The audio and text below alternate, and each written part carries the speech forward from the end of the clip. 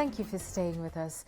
Leaders from West Pokot want the revenue sharing formula for county governments reviewed to enable marginalized counties have access to funds for development. The leaders, led by West Pokot Governor Simon Kapchin and Senator John Longyangapur, say the current formula developed by the Commission on Revenue Allocation will widen the imbalance between counties as marginalized counties continue to fall behind. Speaking during yesterday's Madaraka Day celebrations at Makutano Stadium in Kapenguria, the leader said devolution of health and agricultural services has left the counties with high wage bills, leaving very little funds for development of the counties. The leaders now want that formula reviewed to increase the percentage set aside as an equitable share for all counties, while that set aside for each county's population reduced.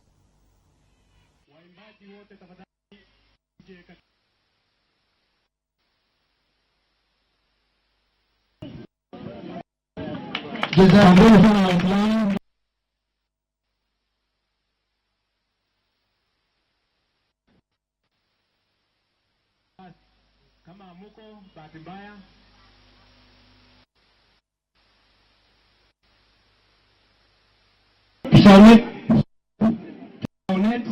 wawe karibu pale. Nasema to revise hii formula ndio Wakenya wapone. Tharaka Nithi na Lamu wanapewa kidogo kwa sababu ni wachache. Wapokot kidogo sababu ni wachache. Hii ndio formula tunaenda kuweka. Kuna kitu inaitwa equal share 25%, physical responsibility 2%. Na hiyo ni sawa kwa kila mtu Kenya. Tunataka hiyo percentage iende juu. Lakini wafanyakazi wa serikali wote wameambiwa walipo na serikali ya kaunti. Daktari yule mpaka ule wa chini wa health alipo serikali ya kaunti, hailipwi na serikali kuu. Kama ni wa maji, kama ni wa agriculture, wafanyakazi wote walipo na hiyo pesa hiyo bilioni 3. Na huwezi kuepuka kulipa kwa sababu imekuwa ni jukumu za kaunti. Yale yanabakia tu kama bilioni 1 kwa maendeleo. Pesa kidogo. The President's department appears to have changed tact in a bid to reform inmates in the country's jails. The correctional facilities have embarked on a move of spiritual nourishment of inmates to make them better citizens once they leave prisons. Now, over the weekend, more than 100 prisoners were baptized in Kakamega and Siaya prisons.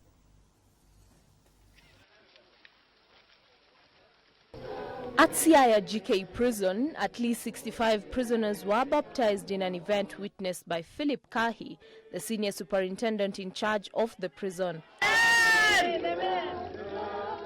Kahi said the exercise is usually conducted annually to rehabilitate the inmates and help them in self-realization in order to be God-loving. Kahi further hailed the SDA Church for sacrificing to offer them such spiritual services. This one goes a long way to help our brothers to rehabilitate themselves, and this is a wholesome issue of self-realization in that they have accepted to serve the Lord now better than what they were doing before. Pastor Alfayo Otuoma of SDA Church, who conducted the exercise, noted that it has always been their desire to share the gospel with the inmates and ensure they come out of prison a well-rehabilitated lot. It has always been our desire to be coming and sharing with them, and I want to thank the prison administration that has given us the opportunity of coming here and sharing the gospel. 65 of the inmates have given their lives to Jesus. We trust and believe that when they go outside, at least they'll be better citizens. Elsewhere in Kakamega County, Shikusa Prison Farm embraced the same spiritual rehabilitation where over 40 inmates were baptized as a new operation in combating crime. We have realized that there is one aspect of rehabilitating them through spiritual rehabilitation. And this one has been proved to be effective and an important aspect whereby these prisoners, when they leave the prison, they go outside and join the society when they are now spiritually rehabilitated. Kenyan universities continue to benchmark themselves with foreign universities, with Mount Kenya University now signing a memorandum of understanding with Northern Kentucky University. Now, during the signing of the MOU, Mount Kenya University Vice-Chancellor Professor Stanley Waundo said that the two universities will form linkages on students and teaching staff exchange, as well as conducting joint research projects. It may not be physical facilities, but we can share human resource. Some of your staff members can come over. We send our staff members there. And we want to really get that support from your university, because we are a younger university. We need to develop capacity. We don't want to have a whole set of MOUs signed and lying on the shelves gathering dust. So there is a very strong interest on our part to make sure that from the signing of this MOU that is spelled out in very broad terms, that we immediately start talking about specific ways of implementing some of the things that are contained in this document. To some unfortunate news now, and a humanitarian crisis looms as residents of Mandera continue to flee their homes following days of conflict and confrontation between two clans in Kenya's north. Tension remains high even as security is heightened in Wajir town, with leaders urging the government to take the situation with the seriousness it deserves. Leaders of Wajir have come out strongly to condemn the government over what they term as neglect. The leaders say that despite the aggravated situation worsened by the ongoing conflict in Wajir, leaders are yet to address the situation with the seriousness it deserves. The government of Kenya is not aware of this region.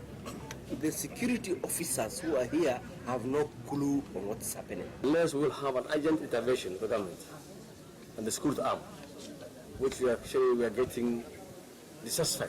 12 people were killed Thursday in Gunan, Tarbaj sub-county in the ongoing inter-clan skirmishes, with over 150 families rendered homeless after their houses were torched.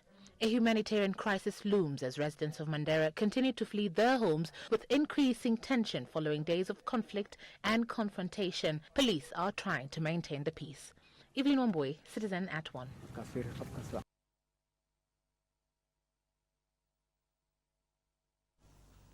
To his supporters, Uhuru Kenyatta is an accessible CEO type of president with an easy demeanor that stands out against the pompous aloofness and stiffness associated with the presidency.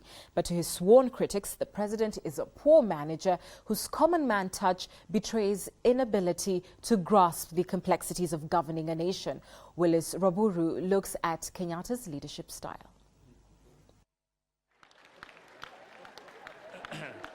When you see him at functions, state or otherwise, the picture painted is that of an easygoing man, one who is happy, at least on the face of it. It's been a year now in office. You have to be able to take decisions that sometimes may be hard, but are in the best interest.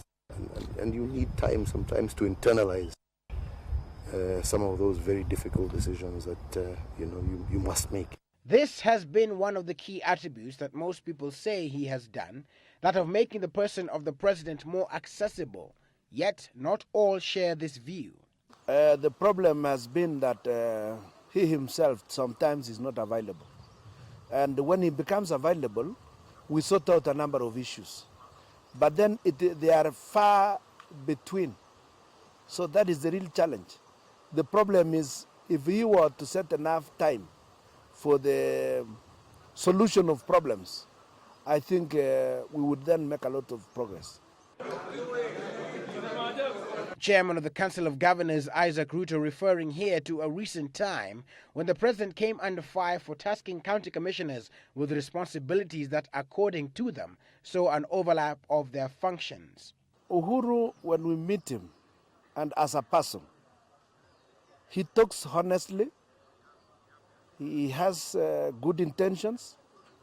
My problem is implementation. When he starts implementing them, we don't know where the failings come in. I am not quite sure, but we can only suspect that there could be others who are influencing him unnecessarily. However, others close to him have termed him as the perfect cross between retired Presidents Moi and Kibaki, essentially making him a man of his own. He has that CEO type, hands-on president. At the same time, he has a bit of the president politician. So he's CEO president, but also president politician. So you find him in weddings and funerals. You find him greeting people in the streets. Very relaxed. Once in a while, when he has an issue, he'll speak it out, which is okay because you don't want a stone president whom emotions or reactions you cannot predict, because that can be a very dangerous person. So when he is happy, you'll see the president is happy, and when he's not so, feeling so happy, you'll also see it even on his facial expression. There have been instances where this has come into play. A case in point is on matters devolution that had put him on a collision course once again with the governors. Ile kitu ambaye imebaki tu jameni ni tuheshimiane, kila mtu awachwe afanye kazi yake, na Kenya tunaweza kukimbia sana. We can go very far. Yet his happy side often comes into play as well, and many have talked of his relationship with the Deputy President William Ruto, popularly referred to as a bromance. In several functions, they have often been spotted together, making light conversation and loving it, and they take it to the public as well.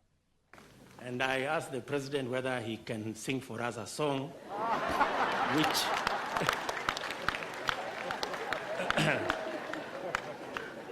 the one he learned in Sunday school. And he promised that he will.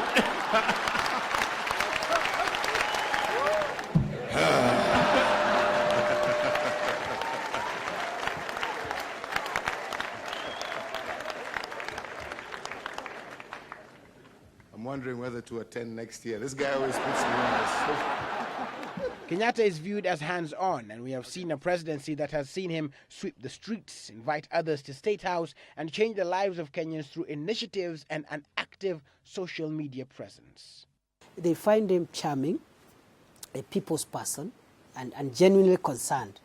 And I'm saying this because, okay, fine, in terms of solutions, we expect, like broad solutions, infrastructure and energy. But also there are the soft things that inspire a nation, and which the president is doing.